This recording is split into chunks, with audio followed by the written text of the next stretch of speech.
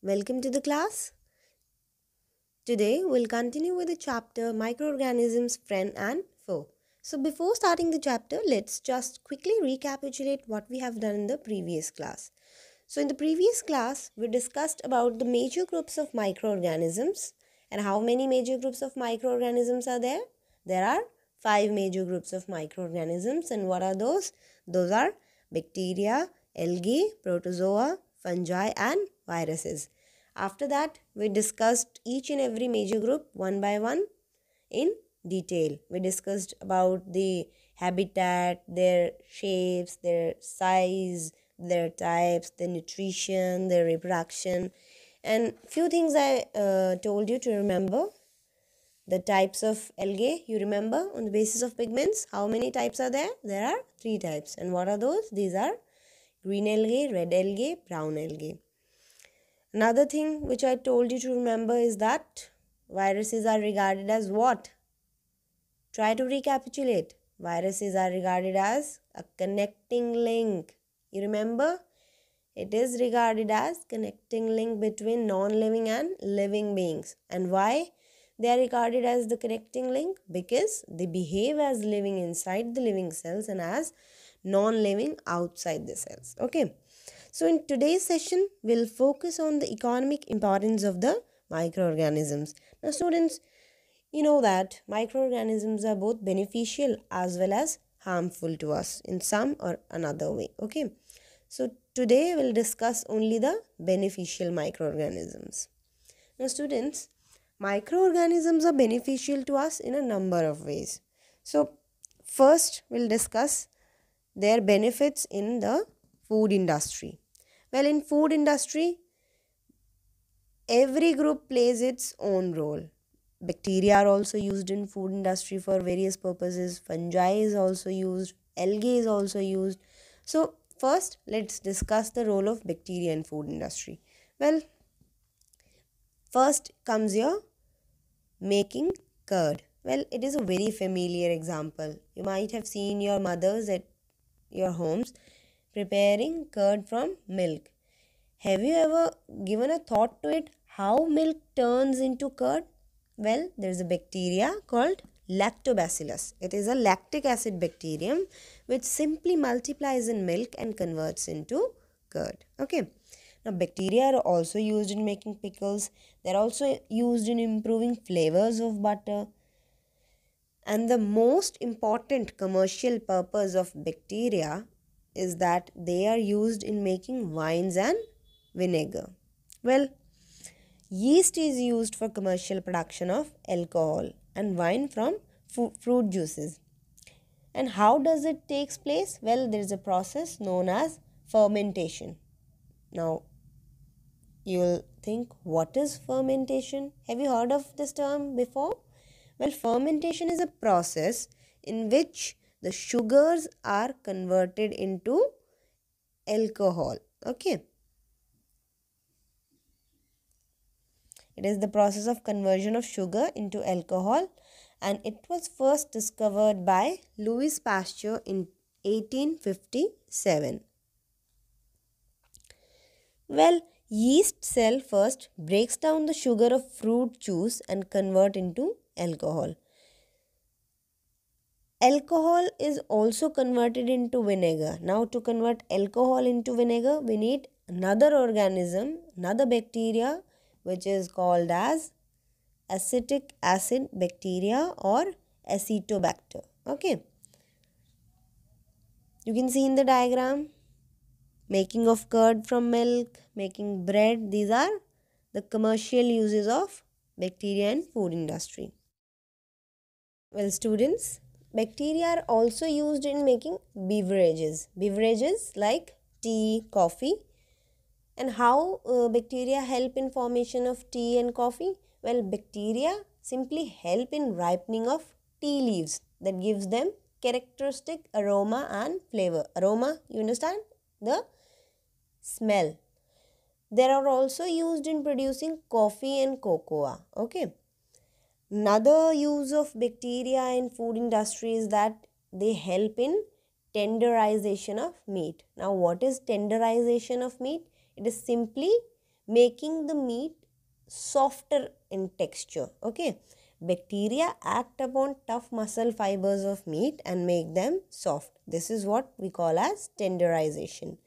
Now, bacteria are also used for preparing dough for bread, idlis, dosa, bhaturas, and dhokla. And in these things also, the fermentation takes place. Okay, simply yeast, when yeast is added to while making the dough for these items, what happens is that the dough rises up by the action of yeast. Okay, it rises up and becomes soft and fluffy. Okay, and how it becomes soft and fluffy, I told you before, yeast cells break the sugar and produce alcohol and carbon dioxide, and the bubbles of carbon dioxide gas fills the spaces in dough and make it rise. Okay, so these were the uses of bacteria in food industry. Now moving on to the role of algae or algae as a source of food.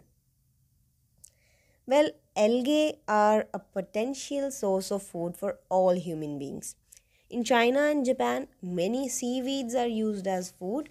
They provide wholesome and nutritious food. Okay. Now, where algae are used as food? Well, algae acts as the main source of food for the fishes and the other aquatic animals. Now, what type of algae the fishes used to eat are phytoplanktons and diatoms. Okay. Then algae are also used to feed our cattle, our livestock. Agar agar, you might have heard of it. Some of you might have heard of it. Agar agar is a jelly-like substance and it is obtained from what? Red alga. You remember I told you a red alga? Gelidium. So agar agar is obtained from the red alga, Gelidium and Gracilaria, and it is used in preparation of what? Gelatin, ice creams, jellies and puddings. It is also, algae are also used as human food. And where? Which type of alga is used as human food? Well, there is a single-celled alga, chlorella, and it is being considered as a potential source of food, and it is rapidly increases and it is rapidly increasing in demand for the rapidly increasing human population. Now, this alga is simply it simply packs a big nutrient punch as it is a good source of several vitamins, minerals and antioxidants. In fact, the emerging research shows that chlorella could help shuttle toxins out of your body. It simply shuffles out the toxins out of your body and it improves cholesterol and blood sugar levels, and there are several other health benefits. Okay, now this was it for algae as a source of food. Fungi also act as a source of food. I told you yesterday that there are mushrooms which are edible. So mushrooms are a rich source of protein. So fungi, basically the mushrooms act as a source of food. Next comes your medicinal use of microorganisms. Now in medical science also, the microorganisms are widely used. We'll discuss each and every use of these microorganisms into the medical field. The first is your preparation of antibiotics. You know antibiotics? What are antibiotics? These are the medicines which are used to treat bacterial infections. Okay.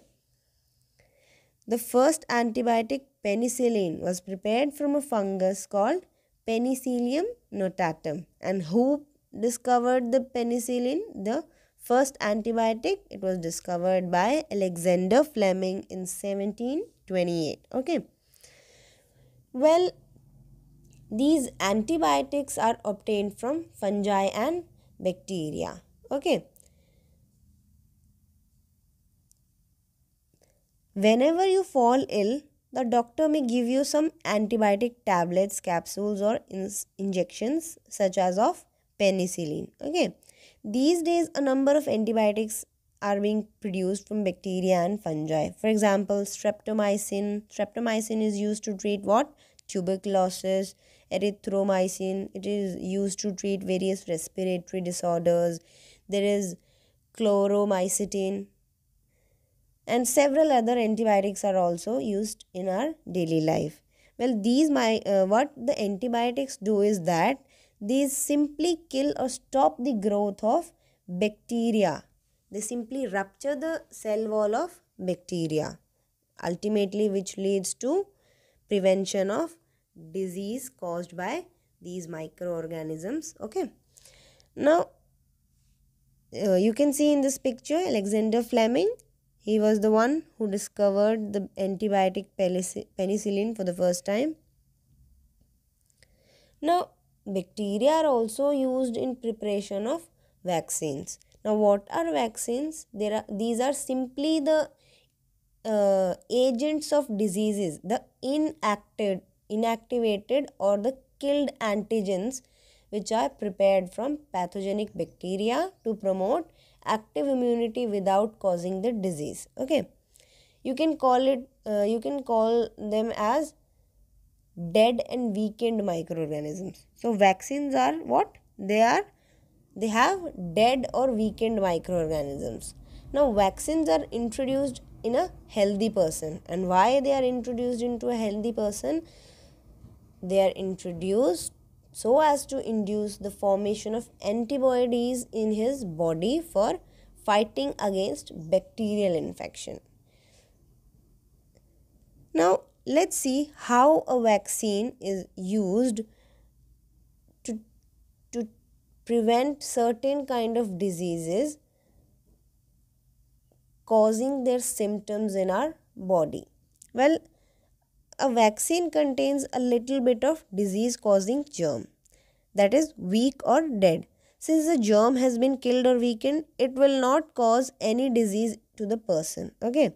Now, when a person receives a vaccine, the body's defense system jumps into action and reacts strongly by making antibodies. And these antibodies then helps to trap and kill the harmful germs that could lead to disease. Okay. Now, these microorganisms are also used for the synthesis of vitamin B complex. You know vitamin B complex? Vitamin B complex is a complex of various types of vitamin B. It is composed of 8 types of vitamin B. B1, B2, B3, B5, B6, B7, B9 and B12.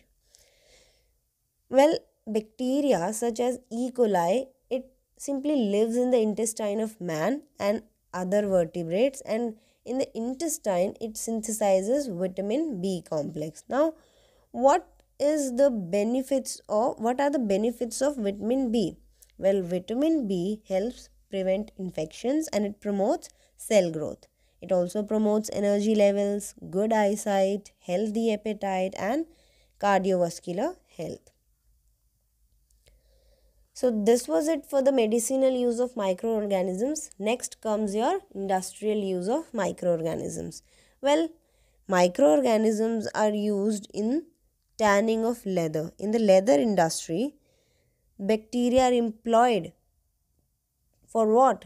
For making leather from the raw skins of animals. Okay.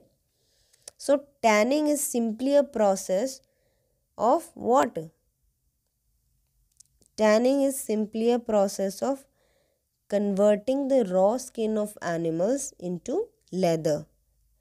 And the place where it is converted into leather is called as tannery. Okay. Now, bacteria are used in leather industry for tanning the hide or skin of animals so that leather becomes soft and pliable. Another use of microorganisms is in your retting of fibers. Well, what is retting? Retting is simply a process of separation of fibers from the stems by the action of microorganisms. In the jute industry, bacteria are used for separation of jute fibers. What the farmers do is that the jute plants are tied in bundles and submerged in water. See in this picture. how the jute plants, these are tied in bundles and submerged in water. After a few days, what happens is that bacteria gradually destroy the stem tissues and loosen the fibers. And this is what we call as retting. These fibers are used for making jute bags, robes and linen. Next comes your microorganisms in sewage disposal. Well, some bacteria decompose municipal sewage containing urine, feces and other waste into harmless substances. And the treatment is carried out in sewage treatment plants. Okay. You must have heard of biogas plants. Well, biogas is produced from the degradation of decaying plant and animal matter, animal fecal matter. It is mostly methane gas and is used for cooking and lighting purposes. Okay. Next comes your recycling of matter by microorganisms. Well, bacteria and fungi say simply decompose complex organic compounds of decaying plants and animals into simple inorganic substances like nitrogen and carbon compounds, and in return they return them back to the soil. So a cycle is going on into the nature in which substances are used and again they are moved back to their source. Okay, so the soils again, after the microorganisms return the nutrients back to the soil like nitrogen and carbon compounds, these soils are again used by the plants to synthesize what? To synthesize organic compounds, and this is what we call as recycling of matter. Okay. Next comes your increasing soil fertility. Well, some bacteria like your cyanobacteria, it is also known as blue-green algae, these are able to fix free nitrogen from the air into nitrogen compounds, and this process is called as your nitrogen fixation. The process of nitrogen fixation simply enriches the soil with nitrates which are used by the plant cells in synthesis of proteins. Okay, there is a species of what? There is a species of rhizobium. It is a symbiotic bacteria. It lives symbiotically in the root nodules of legumes like your peas, beans, soybean, and fix nitrogen for the plants. So these cyanobacteria, the rhizobium, these are called as biological nitrogen fixers, and ultimately after fixing nitrogen they increase the soil fertility. Next use of microorganisms is that microorganisms act as cleaning agents of our environment. Well, the domestic wastes like vegetable peels, rotten fruits, garden waste, fallen leaves, dung of farmer animals, etc. They are decomposed by soil bacteria and are converted into manures. The microorganisms decompose the dead plants and animals and convert their organic compounds into simple inorganic substances. Now, students, these substances get mixed with the soil and improve its fertility. So, in this way, microorganisms prevent accumulation of waste and dead organic matter, and hence ultimately they help to clean our environment. Okay, so now you just think of it, how many uses of microorganisms are there in various industries, in various day-to-day purposes. Okay, so these were the benefits of microorganisms. So in this class, this is it for today. In the next class, we'll continue with the harmful microorganisms. Okay, so students, goodbye, take care, stay safe and stay healthy.